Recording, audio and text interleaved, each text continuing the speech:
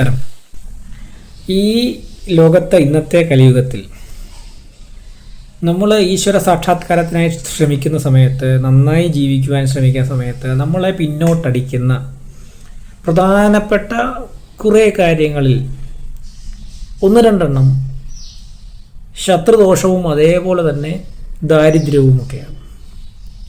ശത്രുദോഷമാണ് പ്രധാനമായിട്ടും. കാമക്രോധ ലോഭ മോഹാദികളിൽ പെട്ട് അതിൽ വലഞ്ഞു കഴിയുന്ന, അതിൽ കുടുങ്ങിക്കഴിയുന്നവർ നമ്മളെ ഇങ്ങനെ ഉപദ്രവിച്ചുകൊണ്ടേയിരിക്കും. നമ്മളെക്കുറിച്ച് അപവാദം പറഞ്ഞെന്നിരിക്കും, നമ്മളെ ഉപദ്രവിച്ചെന്നിരിക്കും, വാക്കുകൾ കൊണ്ടും പ്രവൃത്തി കൊണ്ടും മറ്റു പലതുകൊണ്ടും.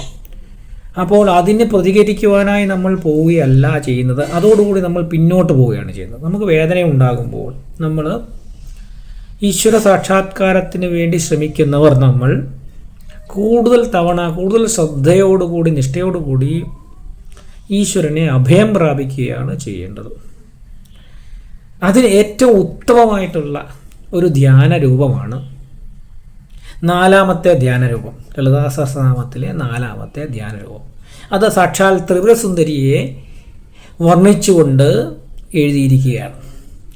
സാക്ഷാൽ ഷോഡശി ത്രിപുരസുന്ദരിയെ ഒരു താപസന്റെ മുന്നിൽ ത്രിപുരസുന്ദരി പ്രത്യക്ഷപ്പെട്ട ആ രൂപത്തെ അദ്ദേഹത്തിൻ്റെ വാങ്മയ ചിത്രത്തിലൂടെ നമുക്ക് സമ്മാനിച്ചിരിക്കുന്ന ആ ഷോഡശിയുടെ ത്രിപുരസുന്ദരിയുടെ ധ്യാനരൂപം അങ്ങ് ഭംഗിയായി ജപിച്ചുകൊണ്ട് ഭഗവതിയെ മനസ്സിലാക്കിയാൽ തീർച്ചയായും നമ്മൾ ഈശ്വര സാക്ഷാത്കാരം ഭഗവതീ പാദത്തിൽ ലയിക്കുവാനുള്ള ആ യാത്രയിലെ തടസ്സങ്ങളെ നീക്കുവാൻ നമുക്ക് സർവ്വത സമഭാവനയോടുകൂടി ചിന്തിക്കുവാൻ നമുക്ക് സാധിക്കും.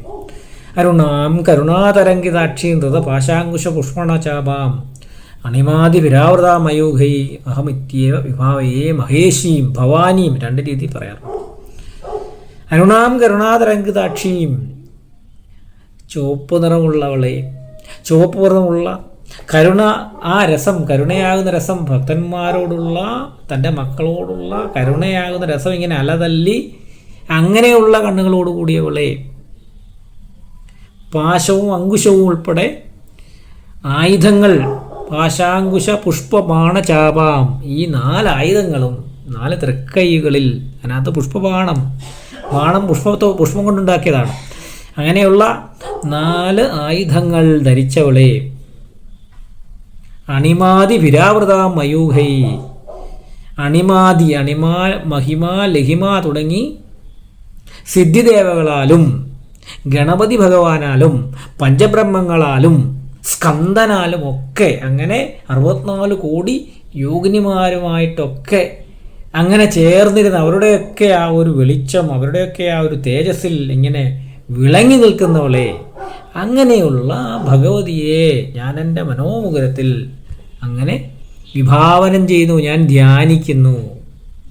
അങ്ങനെയുള്ള ഭവാനിയെ, അങ്ങനെയുള്ള മഹേഷിയെ ഞാൻ ധ്യാനിക്കുന്നു. ഭവാനി, ഭവൻ, ശിവൻ, ഭവ, ശിവ, മഹേശ്വരിയെ, ഭവാനിയെ ഞാൻ ധ്യാനിക്കുന്നു എന്നാണ് ഈ ഒരു ധ്യാനരൂപത്തിലൂടെ നമുക്ക് മുന്നിൽ തരുന്ന ഭഗവതിയുടെ ചിത്രം.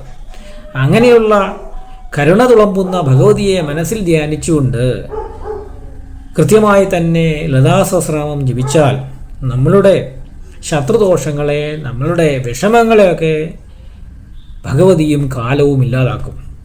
നിങ്ങളെ ഏതെങ്കിലും തരത്തിലുള്ള ദാരിദ്ര്യമോ ശത്രുദോഷമോ വിഷമമോ രോഗമോ എന്തുമായിക്കോട്ടെ നിങ്ങളെ സദാ അലട്ടുന്നുവെങ്കിൽ നിങ്ങൾക്കതൊരു ഭാഗ്യമായി കരുതുക. നിങ്ങളെ ഭഗവതിയിലേക്ക് അടുപ്പിക്കുവാനായി ഉണ്ടായിരിക്കുന്ന ഒരു സംഗതിയായി ആ വിഷമങ്ങളെ കണക്കാക്കിക്കൊണ്ട്, വിഷമം തരുന്നവരെ കണക്കാക്കിക്കൊണ്ട്, അവരെ മനസ്സാ സ്മരിച്ചുകൊണ്ട്, മനസ്സാ നന്ദി പറഞ്ഞുകൊണ്ട് നമ്മൾ ഭഗവതിയെ കൂടുതൽ ആശ്രയിക്കുക, ജപിക്കുക, ധ്യാനിക്കുക, കൂടുതൽ നിഷ്ഠവാന്മാരായി ജീവിക്കുക, പ്രകൃതിയെ സ്നേഹിക്കുക.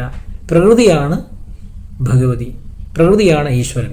ആ പ്രകൃതിക്ക് വിരുദ്ധമായിട്ടുള്ള, പ്രകൃതിക്ക് ദോഷമായിട്ടുള്ള യാതൊന്നും പ്രവർത്തിക്കാതെ സത്യസന്ധതയോട് നിഷ്ഠയോടുകൂടി ഭഗവതിയുടെ ഈ ത്രിപുരസുന്ദരിയുടെ ഈ ധ്യാനരൂപത്തെ മനസ്സിൽ സദാ പ്രതിഷ്ഠിച്ചുകൊണ്ട് ഓരോ വിഷമ സന്ദർഭങ്ങളിലും കൂടുതൽ കൂടുതൽ ഭഗവതിയെ ആശ്രയിക്കുക, ജപിക്കുക. നമസ്കാരം.